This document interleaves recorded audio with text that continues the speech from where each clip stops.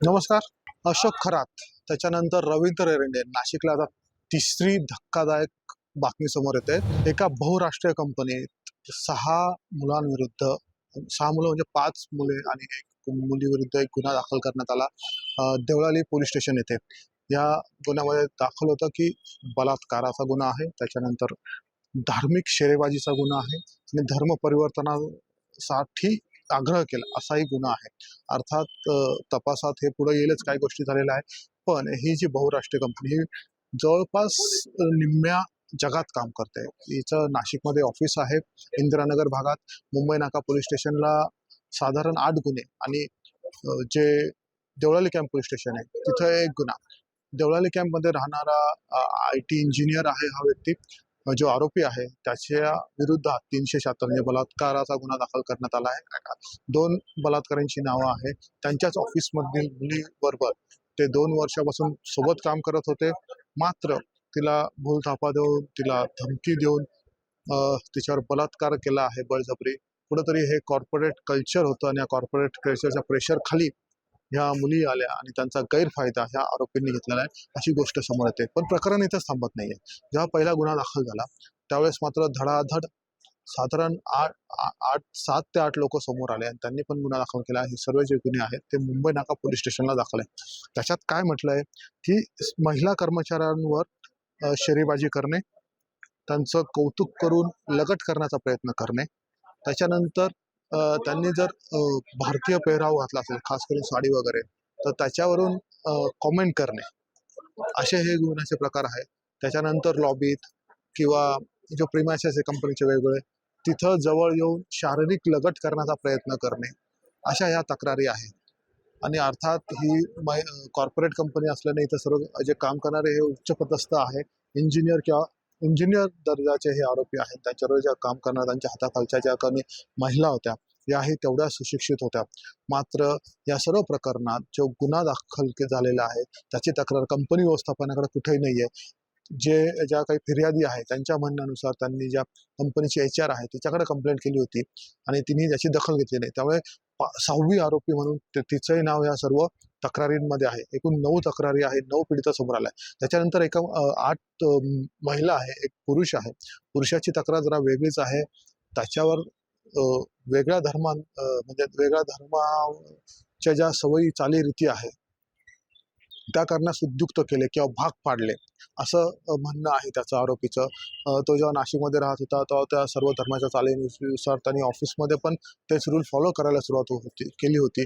नंतर मात्र तो जेव्हा बाहेर पडला तेव्हा लक्षात आलं की हे आपलं चुकीचं आहे आणि जेव्हा हा पहिला गुन्हा दाखल झाला तर त्यालाही वाटलं की हे सर्व जे काही घडतंय चुकीचं आहे आणि म्हणून त्यांनी गुन्हा दाखल केलेला आहे. त्यांनी तक्रार दिलेली आहे आणि या सर्व प्रकरणात 5 आरोपी आहेत आणि 5 आरोपींना हे प्रकरण 5 आरोपींना अटक करण्यात आलेली आहे आणि त्यांना न्यायालयात हजर केले असता वेगवेगळ्या गुन्ह्यात काहींना PC 5 दिवसांची PC आहे, काहींना 2 दिवसाची PC आहे. आजही आरोपींना हजर करण्यात आलं होतं.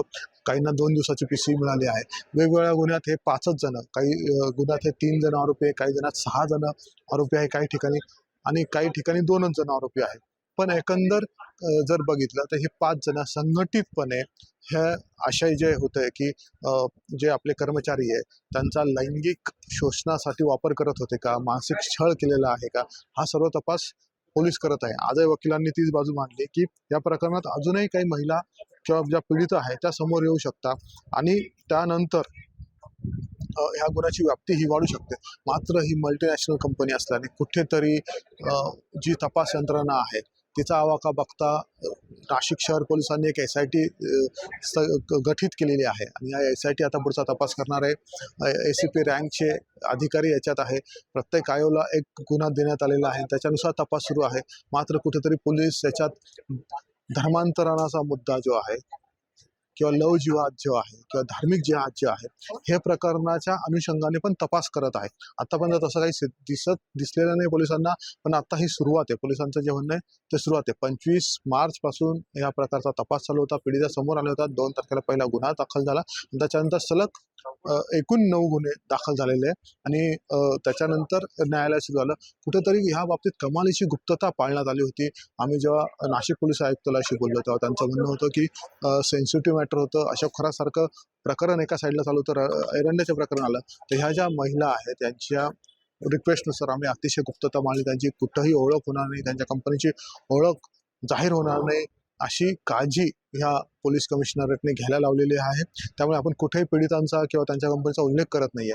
मात्र दिसतंय प्रकरण तेवढं सोपं नाहीये. पुढे जाऊन याच्यात अनेक गोष्टी पुढे येऊ शकतात आणि याच्यात अजून काही राष्ट्रीय तपास ज्या यंत्रणा आहे त्याही येऊ शकता का, अशी ही शक्यता निर्माण झाली आहे. कारण जे काही आम्ही बोललो, जे काही वकील होते, सरकारी वकिलांनी पुढे येण्यास थोडासा नकार दिला.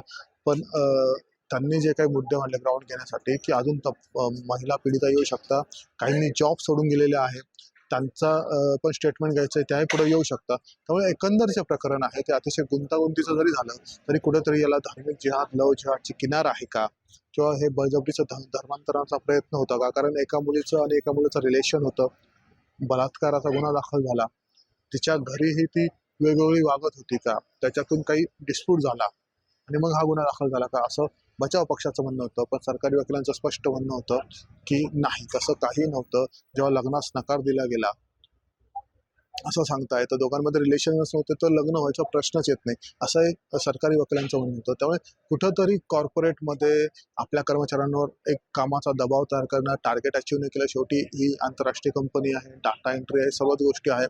त्यामुळे कर्मचाऱ्यांवर दबाव तयार करणं, प्रेशर तयार करणं आणि मग त्यांना आपल्या सोयीनुसार वागायला लावणं, त्यांचा फायदा घेणं, हे जे एक अघोषित कॉर्पोरेट कल्चर आहे छळाचं, ते या सर्व याच्यात समोर येतंय आणि त्याला आता कुठेतरी पुढे जाऊन धर्मांतराची किनार जोडली जाते आहे.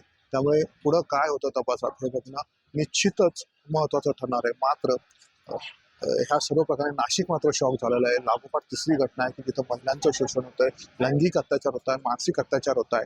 त्यामुळे कुठेतरी आता सजग होण्याची गरज आहे. जे नाशिक पोलीस कमिशनर आहेत त्यांनी एक व्हॉट्सअप नंबर जाहीर केलेला आहे. कोणताही महिलांविषयी कोणताही छळ असो, लैंगिक अत्याचार असो, धमकी असो, काही असो, तुम्ही त्या नंबरवर कॉन्टॅक्ट करा, व्हॉट्सअप करा. तुम्हाला तुमची जी गोपनीयता आहे, तुमची जी ओळख आहे, तो कुणावर लपवले जाईल आणि गुन्हे दाखल होते, असे अश्युरन्स नाशिक पोलिसांनी दिलं आहे. त्यामुळे पुढे अजून काही गुन्हे ओपन होता का हे बघणं महत्त्वाचं ठरेल. प्रवीण ठाकरे, मुंबई तक.